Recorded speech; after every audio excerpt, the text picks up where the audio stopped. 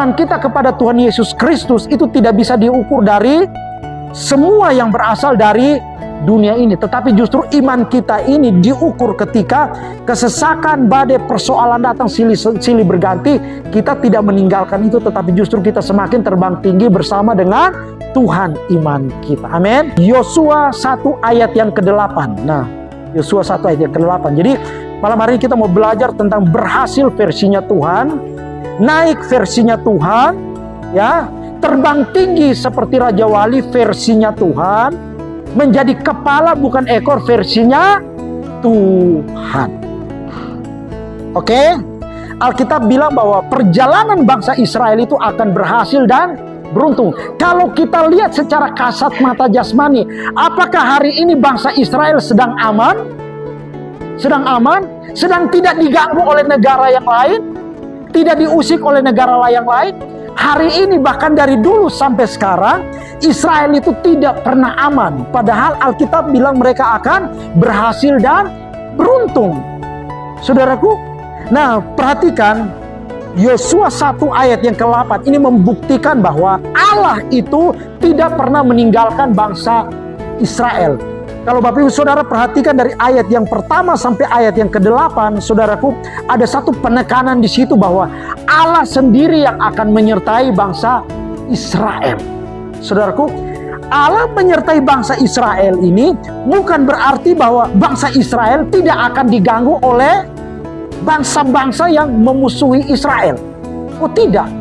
Justru Allah menyertai Israel itu karena Allah tahu bahwa Israel ini adalah salah satu negara paling kecil di dunia yang dimusuhi oleh negara-negara yang ada di muka bumi ini. Makanya Alkitab bilang begini.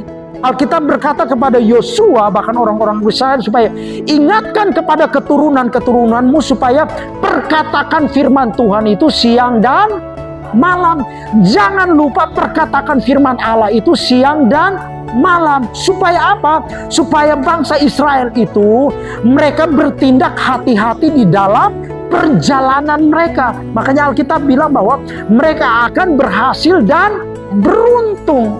Saudaraku, berhasil dan beruntung menurut Alkitab, berhasil dan beruntung menurut Allah itu jauh berbeda dengan berhasil dan beruntung versi manusia.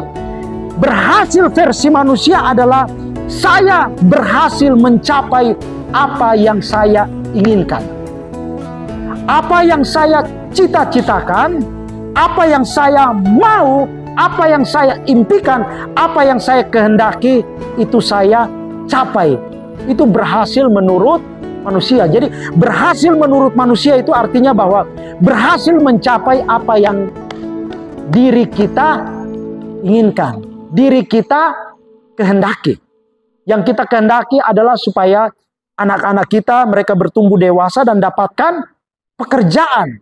Contohnya siapa? Talita udah bekerja. Itu kan impian, cita-cita dari Papa Tulus. Dan menurut Papa Tulus itu berhasil. Jadi berhasil menurut manusia dengan Tuhan itu sangatlah berbeda. Nah, perhatikan ya, kalau berhasil menurut manusia mencapai apa yang kita inginkan, tapi berhasil beruntung menurut Tuhan itu berbeda. Berhasil menurut Tuhan itu artinya begini, mencapai apa yang Tuhan inginkan, mencapai apa yang Tuhan rindukan, mencapai apa yang Tuhan kehendaki. Nah, yang Tuhan kehendaki di dalam kehidupan kita ini apa? Saudaraku, Matius 7 ayat yang ke-21 Alkitab bilang begini. Bukan semua orang yang berseru-seru kepadaku Tuhan, Tuhan yang akan masuk ke dalam kerajaan sorga. Melainkan mereka yang melakukan kehendak Bapakku. Bahkan satu waktu Yesus ditanya, kamu kenal gak orang ini? Yesus bilang begini. Yesus aja bilang begini. Kamu kenal gak orang ini? Yesus bilang begini. Yang ku kenal itu adalah orang-orang yang melakukan kehendak Bapa. Mama, papa, saudara-saudaraku adalah orang-orang yang melakukan kehendak Allah. Satu waktu Yesus juga ditanya, kok kamu nggak makan minum? Yesus bilang apa? Yesus bilang apa? Makanan dan minumanku adalah melakukan kehendak Bapa. jadi berhasil, beruntung, naik, terbang tinggi seperti Raja Wali, ya, menjadi kepala versinya Tuhan itu berbeda dengan versi manusia.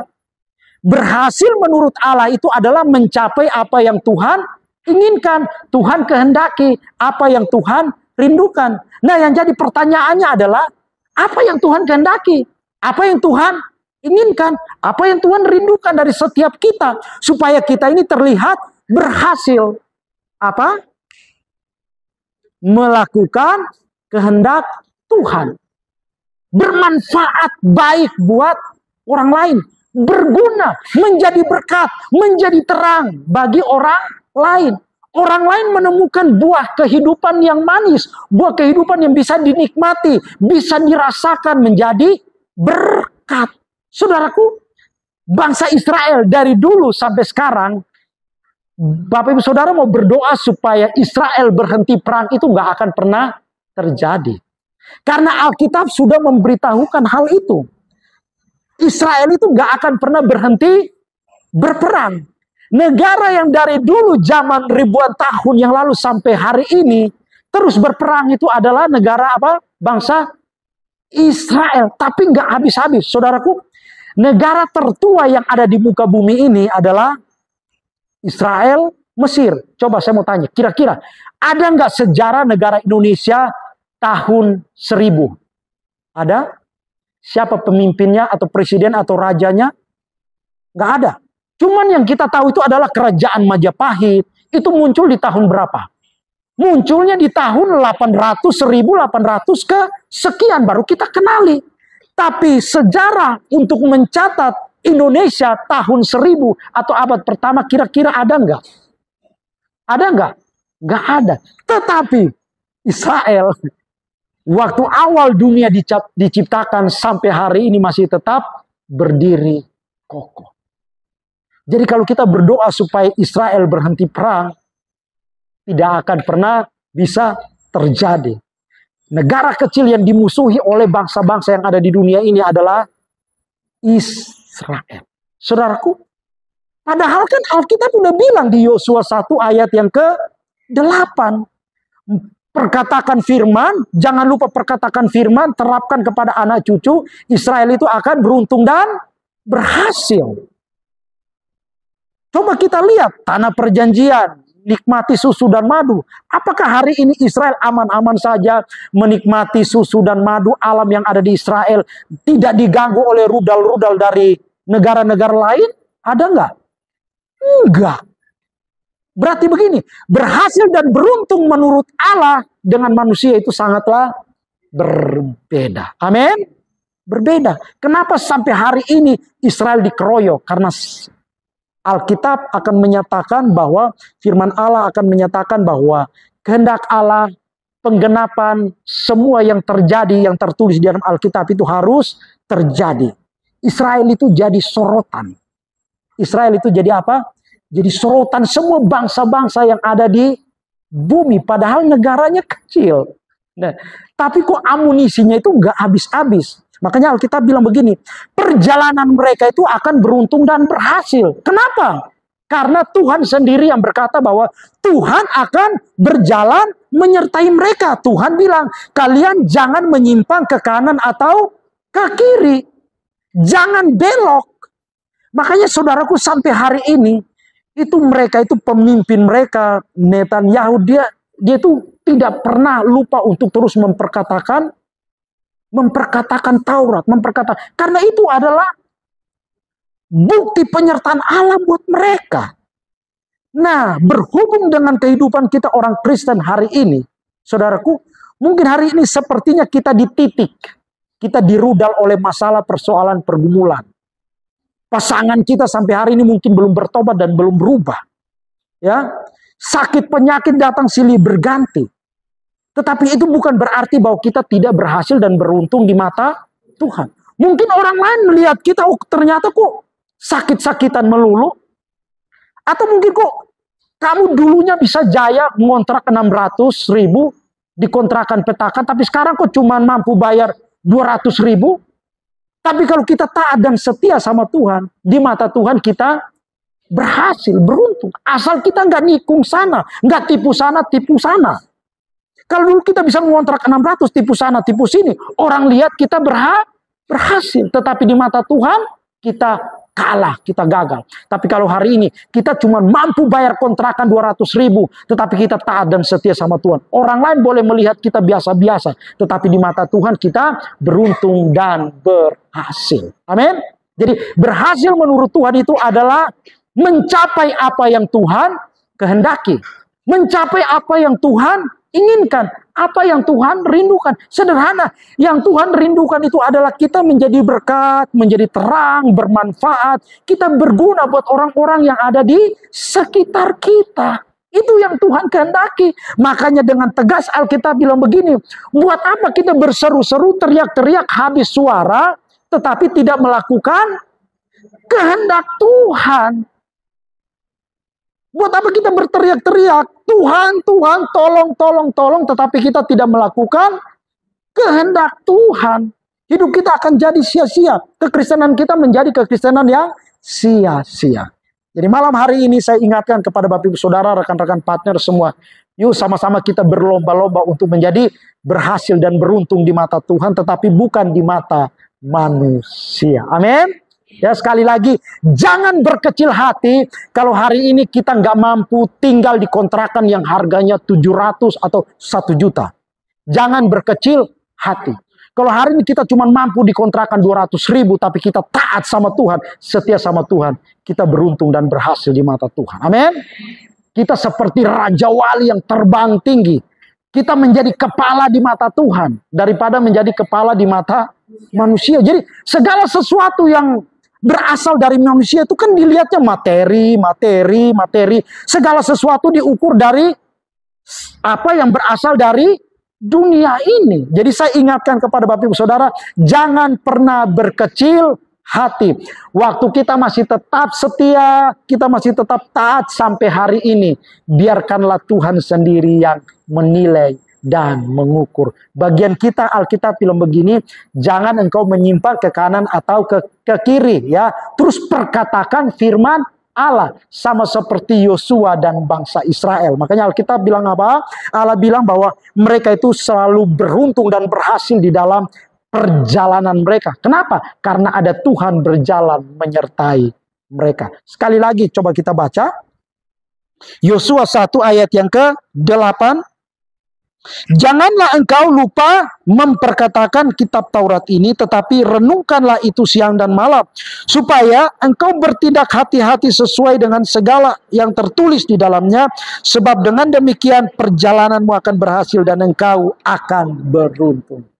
Jadi berhasil dan beruntung itu adalah dampak dan akibat. Sama-sama bilang, berhasil dan beruntung itu hanyalah akibat.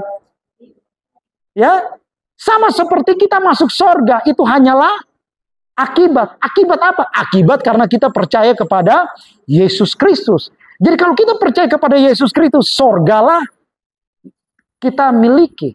Tetapi yang Tuhan inginkan itu kan bukan hanya sekedar lu berhasil, beruntung, mati masuk surga. Bukan. Tetapi yang Tuhan inginkan itu adalah supaya hidup kita ini berdampak. Hidup kita ini berguna, bermanfaat. Saya teringat kalau waktu kita di kampung dulu ditanya, Leksi, kamu kalau besar mau jadi apa? Wah, pokoknya berguna. Rata-rata kita bilang apa? Berguna. Berguna buat apa? Berguna buat nusa dan bangsa.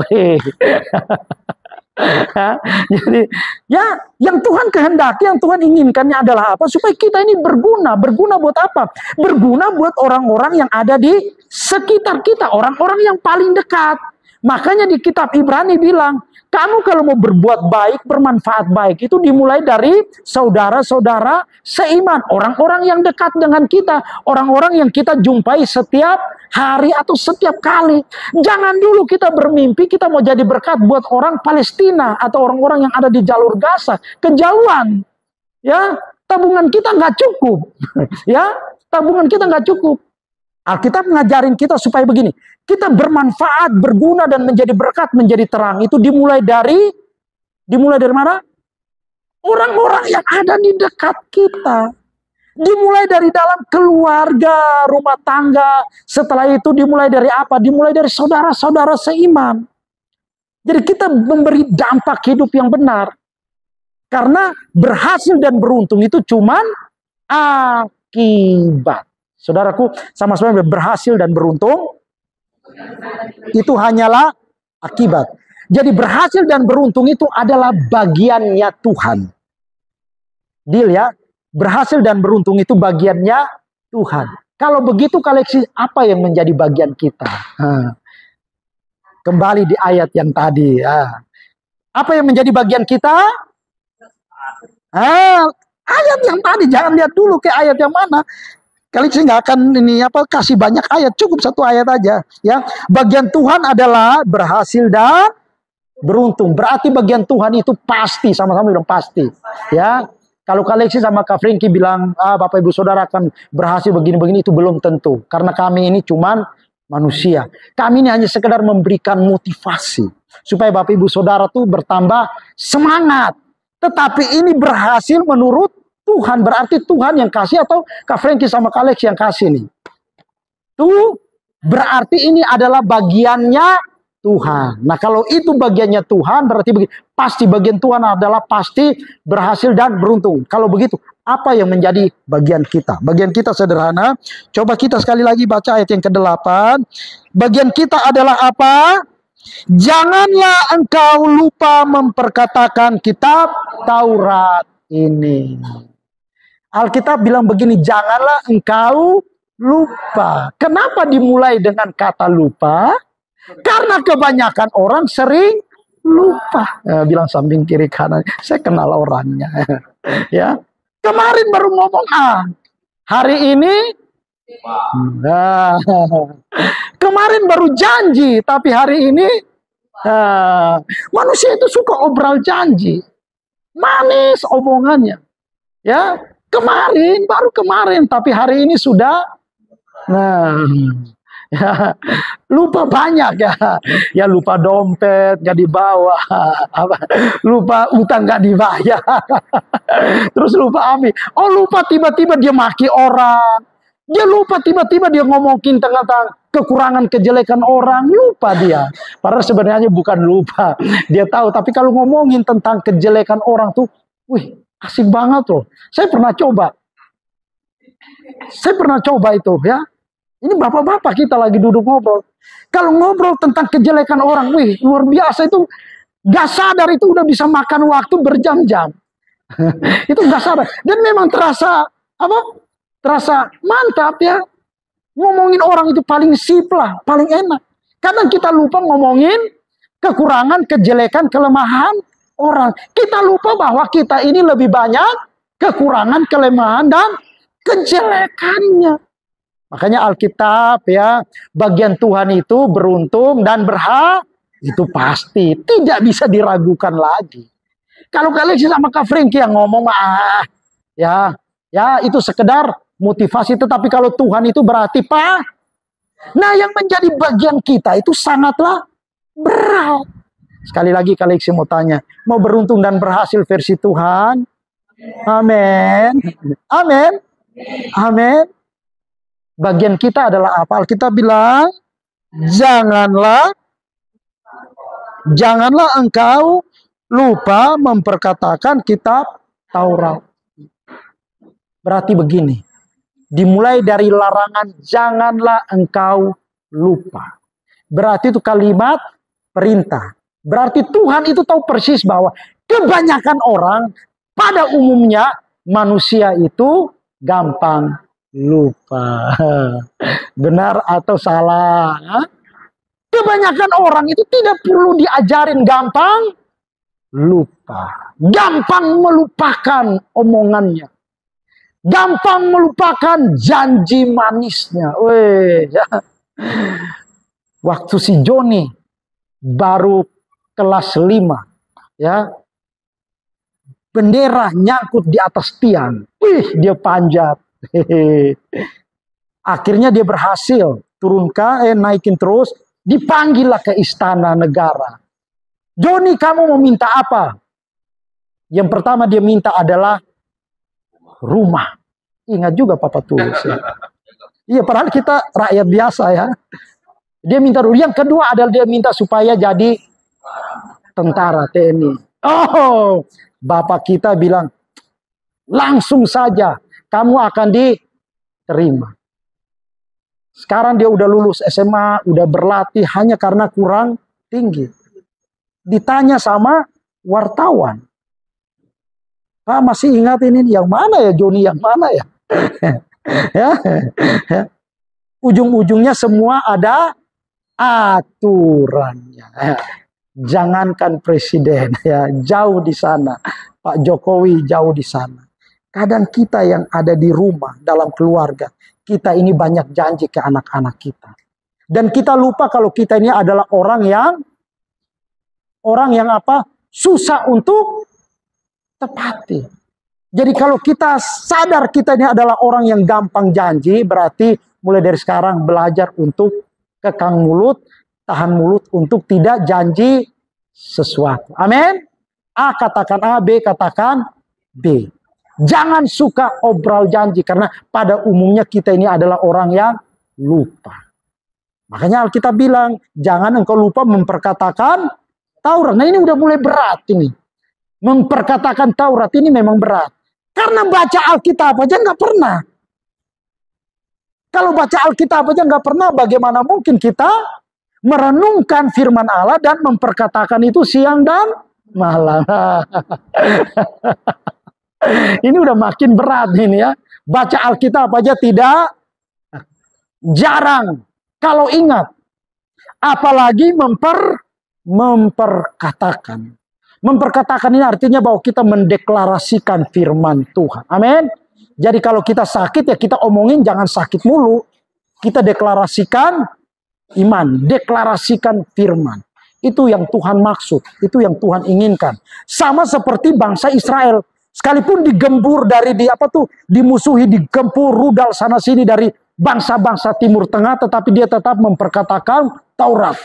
Dia tetap memperkatakan firman Tuhan. Itu yang menjadi kekuatan bangsa Israel bertahan sampai hari ini. Digebukin dari dulu sampai sekarang, tetapi tidak habis-habisnya. Kenapa?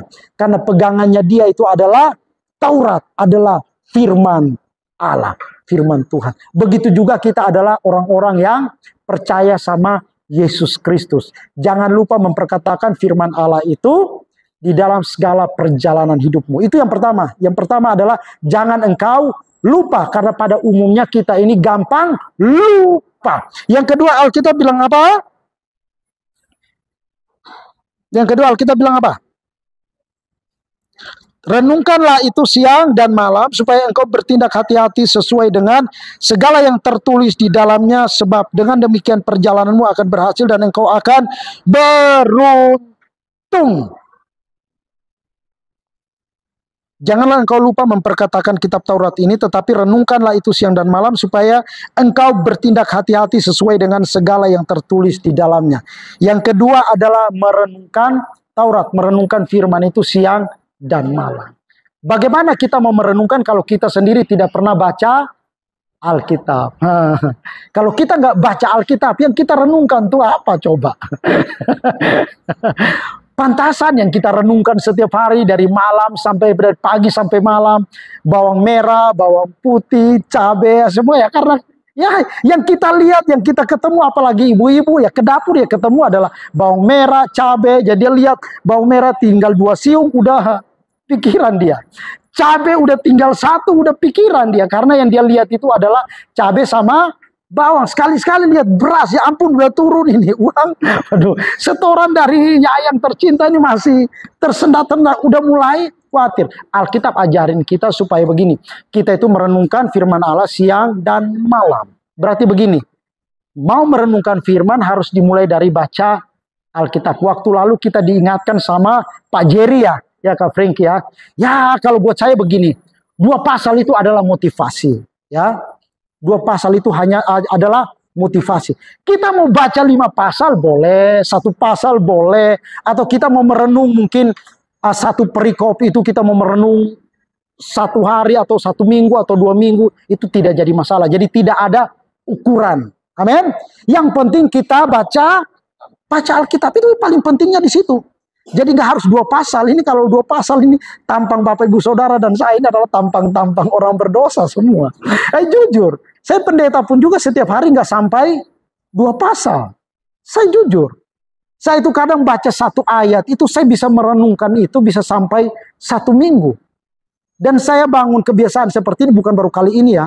Itu udah, jadi saya 1 ayat itu saya bisa merenung, ayat itu tuh bisa sampai 1 minggu. Itu nggak habis. Besok saya dalamin lagi, oh, ternyata dapat pengertian yang baru. Nanti lusa saya dalamin lagi, baca dapat pengertian yang baru. Jadi tidak diukur dari banyaknya pasal. Tapi kalau Bapak Ibu Saudara 1 hari mau 5 pasal, tidak jadi masalah. Ya, atau 1 pasal juga tidak ada masalah, nggak berdosa. Yang penting baca Alkitab. Kalau kita nggak baca Alkitab ya bingung kita merenungkan apa coba. Ya kan Kak Frank? Kalau Kak Frank nggak baca Alkitab yang dia renungkan adalah apa? Masalah. Kalau saya nggak membaca Alkitab yang saya renungkan adalah persoalan, kelemahan, kekurangan. Semua yang ada di sekitar saya itu yang mempengaruhi. Yang berikutnya Alkitab bilang begini, bertindaklah hati-hati. Jangan sembrono bertindak. Bijak untuk bertindak. Artinya begini, bertindak dengan hati-hati itu adalah begini ya. Lebih banyak tindakan kita mempengaruhi orang lain itu adalah perkataan. Deal ya. Gak mungkin kita bangun pagi sama istri, sama suami, sama anak. Gak mungkin bangun pagi kita gak tegur sapa dan diam. Gak mungkin. Semarah-marahnya kita pasti kita ada keluarkan kata-kata. Mungkin kita gak ajak ngobrol suami, tapi bisa melalui anak. Kita gak ajak ngobrol istri, tapi bisa melalui anak. Atau bisa melalui apa saja. Gak mungkin siapa di sini yang dia punya persoalan, masalah sebesar dan sehebat, terus dia puasa gak ngomong. Siapa di sini yang ngalamin hal itu? Berarti kita deal bahwa kita ini adalah makhluk yang normal. Setiap hari pasti kita berbicara. Bertindaklah hati-hati di dalam perkataan. Itu yang pertama. Karena kita mau tegur sapa mau basa-basi pasti melalui perkataan. Gak mungkin kita tegur sapa pakai kaki. Karena kita punya anak, mau tegur sapa sama anak kita pakai apa? Kaki. Atau main kita gampar. Atau kita tempeleng. Tidak mungkin. Pasti kita tegur sapa basa-basi itu melalui apa? Perkataan. Makanya Alkitab bilang begini. Bagian kita adalah bertindaklah hati-hati di dalam perkataan. Kalau yang kita renungkan adalah firman Allah, yang kita baca adalah firman Allah, berarti yang kita perkatakan juga adalah, saya kaget, anak saya Devon sama Shane, mereka kalau lagi marahan, dulu kan mereka tuh jelek lu. Sekarang mereka kalau marahan, saya lihat tadi malam mereka bertengkar di tempat tidur. Devon, dasar kamu ganteng. Cece juga, dasar Cece cantik. Devon, dasar kamu pinter. Cece juga, dasar kamu Cece pinter. Devon, dasar kamu udah bisa tulis. Jadi bertengkar mereka itu adalah hal-hal yang ini yang saya ajarin. Anak saya yang Shane, kadang saya ditegur sama dia. Dedi udah doa belum? Itu dia selalu ingatkan saya. Setiap malam, Dedi udah doa belum? Harus doa. Jadi Shane itu tidak perlu saya ajarin, tetapi dia setiap malam sudah doa. Ajarin anak-anakmu untuk perkatakan hal-hal yang benar, hal-hal yang positif. Tadi malam kejadian, saya lihat anak saya si Devon sama Shane itu udah mulai ngalamin satu perubahan. Jadi pertengkaran saya bilang, Shane, Devon, Dedi nggak mau lihat kalian kalau berantem itu keluarkan kata-kata yang buruk, kata-kata yang negatif. Dedi nggak mau. Jadi mereka tadi malam bertengkar hebat karena masalah sampai nangis. Tapi ngomongnya itu dasar Cece pintar, dasar Cece bisa tulis, dasar Cece begini. Devon Cece siapa? Cece-nya juga palas. Dasar Devon juga sekarang udah bisa nulis. Tapi sampai tunjuk-tunjuk begitu. Dalam hati puji Tuhan. Kita ngajarin. Amin. Halo. Yang perlu kita bangun hari-hari ini. Yang perlu kita berhati-hati. Yang pertama adalah di dalam perkataan. Yang kedua baru bicara tentang perbuatan atau tindakan. Beruntung dan berhasil itu adalah pasti, karena itu adalah bagiannya Tuhan. Nah, yang paling susah itu adalah bagiannya kita.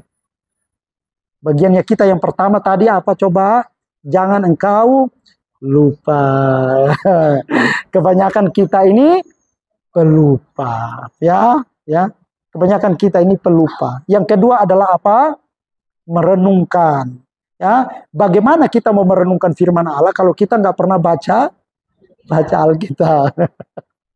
Ya, yang ketiga adalah bertindaklah hati-hati. Bertindaklah hati-hati dimulai dari apa?